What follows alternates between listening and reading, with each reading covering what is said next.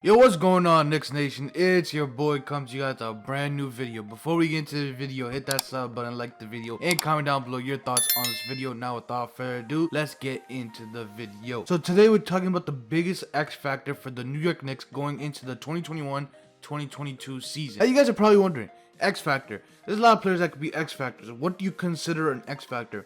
Well, for me, an X factor is a player that's going to come in and provide the most in the minutes that he's gonna get throughout the season. Now, the X factor that I have for you guys might be original, might not be original, depending on who you ask and who you don't ask. But from talking to a couple of people from the Knicks media and getting an overall sense, I think the biggest X factor for the New York Knicks is going to be Obi Toppin. Now, you guys are wondering, Obi Toppin, X factor, how does that make sense? Obi Toppin didn't really do nothing last year, and you only seen one game of him where he played decent. He didn't shoot the ball well, but he played good enough, got 14 points in 28 minutes, and that was only because Nerlens Noel and Taj Gibson were out. But I believe Obi Toppin is the biggest X factor, not because he's going to perform very well, is that he just gives the New York Knicks a different look. Now, when we have Taj Gibson, we have Nerlens Noel, we have Mitchell Robinson in.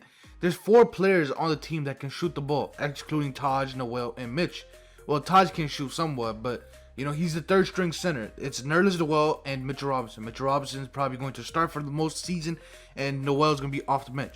Now, Taj is the third string center, so you don't really want to include him. But adding Obi Toppin to the Julius Randle, RJ Barrett, Derrick Rose, Kemba Walker, Evan Fournier, whoever plays that point guard, shooting guard, and small forward position, however you want to play it. Adding Obi Toppin to that mix opens up the defense a lot for Julius Randle, because having Obi Toppin on the court, just because he can shoot the ball and he's going to shoot the ball, opens up the game so much more for Julius Randle, as he can attack the paint and go one-on-one with his man and get to that basket. Or he can kick it out and make a play for RJ Barrett, Evan Fournier, or even kick it out to Obi Toppin. Now, Obi Toppin, as you saw in game 1, ran the lanes very well. Ran till his life depended on it. He was running to run, and he was making plays out of it.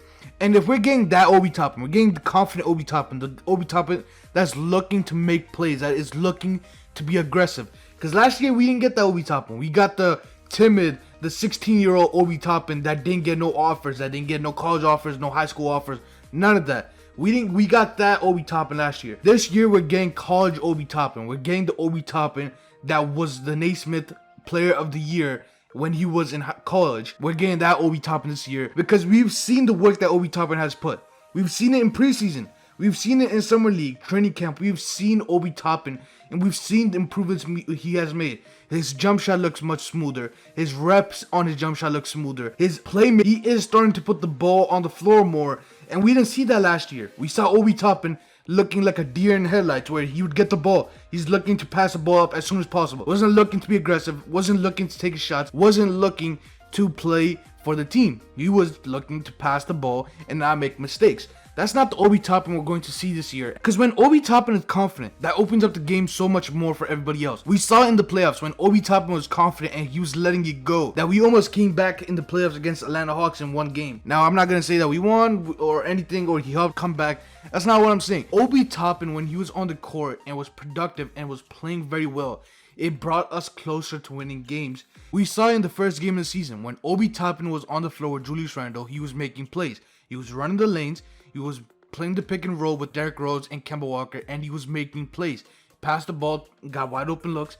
He ran the lane, got easy transition buckets. He got a bounce pass from the inbound play, and he got dunks. Now, Obi Toppin is looking to be a guy that we saw and thought we were going to get last year. We saw glimpses of this Obi Toppin throughout the season last year, but this is the Obi Toppin I think we're going to get.